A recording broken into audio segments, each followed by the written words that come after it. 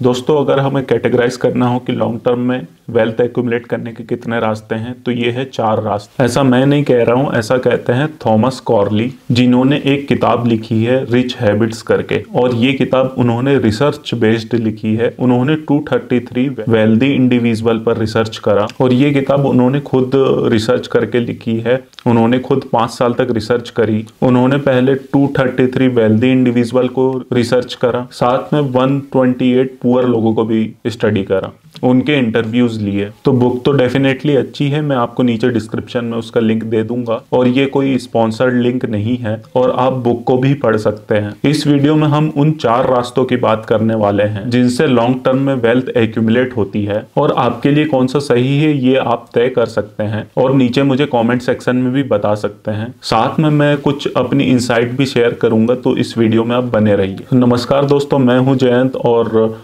शुरू करते हैं long term investment philosophy with market milestone.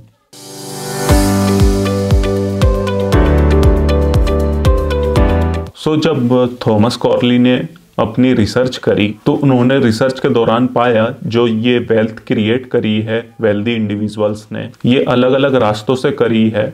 Of course इसके अंदर कुछ ओवरलैप भी हो सकते हैं। इनको उन्होंने ब्रॉडली 4 कैटेगरीज में बांटा जो भी वेल्दी इंडिविजुअल्स थे। इसमें से पहली कैटेगरी आती सेवर इन्वेस्टर की। सेवर इन्वेस्टर कौन होते हैं, इसको पहचानने का एक सिंपल रास्ता है। ये कोई भी हो सकता है जो एक साधारण सी नौकरी भी करता है, लेकिन वो अगर रेगुलरली सेविंग्स करते रहता है, साथ में उस पैसे को इन्वेस्ट भी करते रहता है, तो लंबे समय में वो भी मिलियनियर बन जाता है। और अगर हम इंडिया में कहें तो वो भी करोड़पति बन जाता है। और हम चारों कैटेगरीज में कहें तो ये सबसे आसान रास्ता है। हम साथ में इसको लीस्ट रिस्की भी बोल सकते हैं। इसके अंदर लॉन्ग टर्म में शॉर्ट वेल्थ जरूर बन जाती है। इसके अंदर आपको खाली चाहिए फाइनेंशियल डिसिप्लिन। इसके लिए आपको मेनली 3 ही चीज करनी पड़ती है कि पहला कि आप ज्यादा लोन मत लीजिए कभी भी, दूसरा आप सेविंग्स की हैबिट बनाइए। हमने एक 50-20-30 रूल वाला एक वीडियो करा है, उसमें आपको पूरे डिटेल से पता चल जाएगा कि आपको कैसे सेव करना है। उसमें हमने बात करी है कि आपकी minimum 20% of your salary save करनी चाहिए, और आपसे बन पड़ता है तो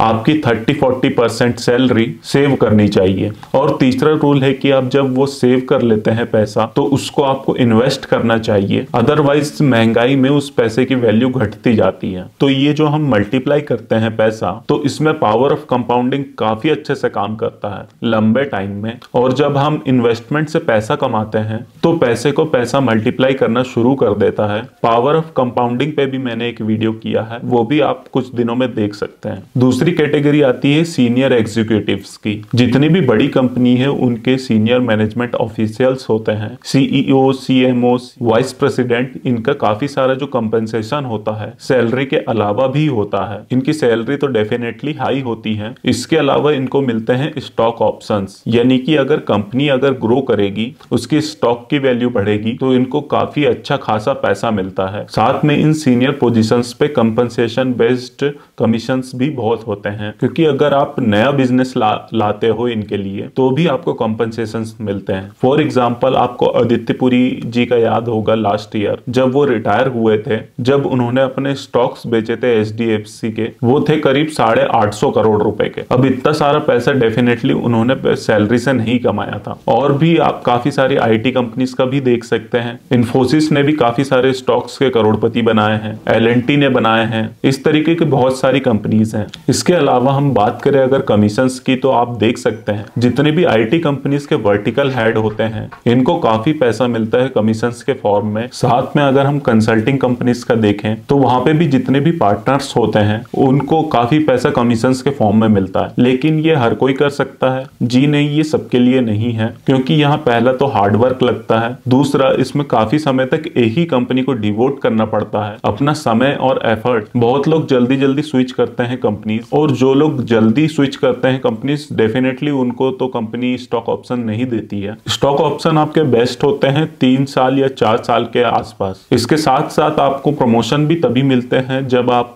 एक बहुत अच्छे परफॉर्मर हो और साथ में आप कुछ लॉयल्टी दिखाते हो उस कंपनी के साथ। तीसरी कैटेगरी आती है हमारी एक्सपर्ट्स की, जिनको थॉमस कॉर्ली वर्चुओसोस बोलते हैं। इसके अंदर आप एक फील्ड के अंदर काफी ज्यादा टाइम डिवोट करते हो, एफर्ट डिवोट करते हो, जिससे आपको काफी ज्यादा नॉलेज हो जाती है और आप उस फील्ड के एक्सपर्ट बन जाते हो और साथ में आप उस एक्सपर्टीज की वजह से फेमस भी हो जाते हो। इसके अंदर आप अगर एग्जांपल लेना चाहें तो इसके अंदर म्यूजिशियन भी आ सकते हैं, फिल्म एक्टर होते हैं, फेमस लॉयर होते हैं, फेमस डॉक्टर हो सकते हैं, फेमस आर्किटेक्ट हो सकते हैं, फैशन डिजाइनर हो सकते हैं, इनफैक्ट सेलिब्रिटी इन्वेस्टर्स भी हैं। क्या ये हर कोई कर सकता है?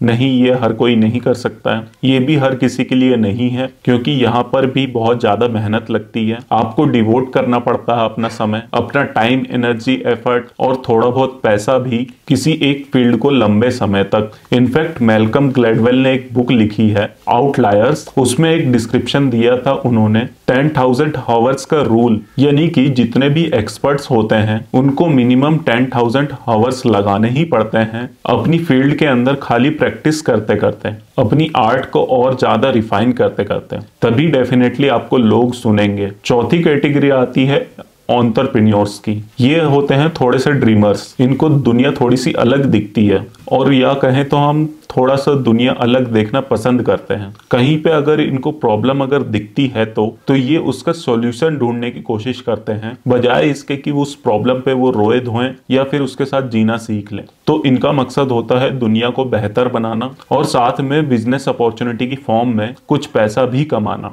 लेकिन जब कोई इस तरीके के मिशन पे निकलता है तो उसके साथ आ जाते हैं कुछ रिस्क, यानी कि आप फेल भी हो सकते हो। तो अगर हम अपनी सारी कैटेगरीज में बात करें तो एंटरप्रेन्योर की कैटेगरी में बहुत ज्यादा रिस्क होता है। इनफैक्ट थॉमस कॉर्ली ने भी अपनी रिसर्च जब करी थी 233 वेल्दी इंडिविजुअल्स की, तो उन्होंने पाया कि मैक्सिमम एंटरप्रेन्योर्स एक बार तो फेल हो ही चुके थे, अपने एक वेंचर उनका फेल हो ही चुका था, लेकिन हर किसी ने दोबारा से एक वेंचर स्टार्ट किया। पहले की जो उन्होंने गलतियां की थी उनको दोहराया नहीं अपने सेकंड वेंचर में या थर्ड वेंचर में। रिस्क के साथ साथ रिवॉर्ड भी अच्छा मिलता है। सारी की सारी कैटेगरीज में अगर हम कंपेयर करें तो थॉमस कॉर्ली ने भी जो रिसर्च करी थी उसमें से एंटरप्रेन्योर्स ने सबसे कम समय में सबसे ज्यादा पैसा कमाया। तो ये थी 4 ब्रॉड कैटेगरीज वेल्थ एक्यूमुलेशन की लॉन्ग टर्म में। अब इसके अंदर कुछ ओवरलैप भी हो सकते हैं। कोई एक्सपर्ट एंटरप्रेन्योर भी हो सकता है, कोई एग्जीक्यूटिव साथ में एक्सपर्ट भी हो सकता है, कोई एक्सपर्ट इन्वेस्टर भी हो सकता है। लेकिन अगर हम ब्रॉडली कहें तो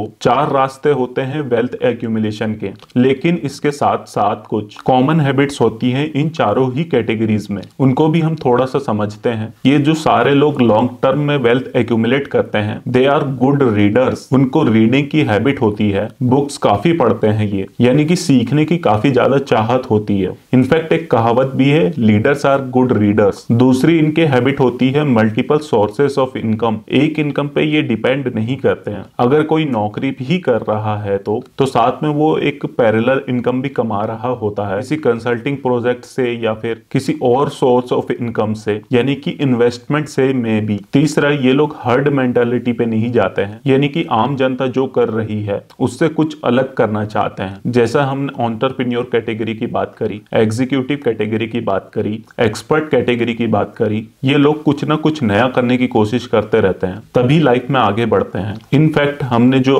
सेवर इन्वेस्टर कैटेगरी वाली बात करी, उसके अंदर अगर किसी इन्वेस्टर को सेविंग्स की आदत पड़ गई है तो वो बाकी जनता से वो बेटर फाइनेंशियल डिसिप्लिन बना रहा है। ज्यादातर जनता वो नहीं करती है, तो इसका मतलब आपको हर्ड मेंटेलिटी से थोड़ा सा अलग सोचना चाहिए। इसके अलावा हर कैटेगरीज के लोग अगर ये सोच लें, अपने आप को थोड़ा सा समय दे दें डेली बेसिस पर, लेट से 15 मिनट से 30 मिनट तक, अगर ये सोच ले हर कोई कि मेरे फाइनेंसेस सही डायरेक्शन पे जा रहे हैं, क्या मेरा करियर सही डायरेक्शन पे जा रहा है, क्या मेरी हेल्थ सही डायरेक्शन में जा रही है, तो इन सवालों के आप जब जवाब देते रहते हो तो आपकी थिंकिंग पॉजिटिव भी होती है और साथ में आपका सेल्फ इंप्रूवमेंट भी होता रहता है। इसके अलावा सभी लोगों को ये बहुत अच्छे से समझ में आता है कि अगर हम सक्सेसफुल लोगों के साथ उठेंगे बैठेंगे, उनके साथ हैंग आउट करेंगे, तो कुछ ना कुछ हमें सीखने के ही मिलेगा। और एक ये कहावत भी है अंग्रेजी की, if you hang out with chickens you are going to plug, if you hang out with eagles you are going to fly. तो ये मैंने आपसे कुछ हैबिट्स शेयर करी हैं,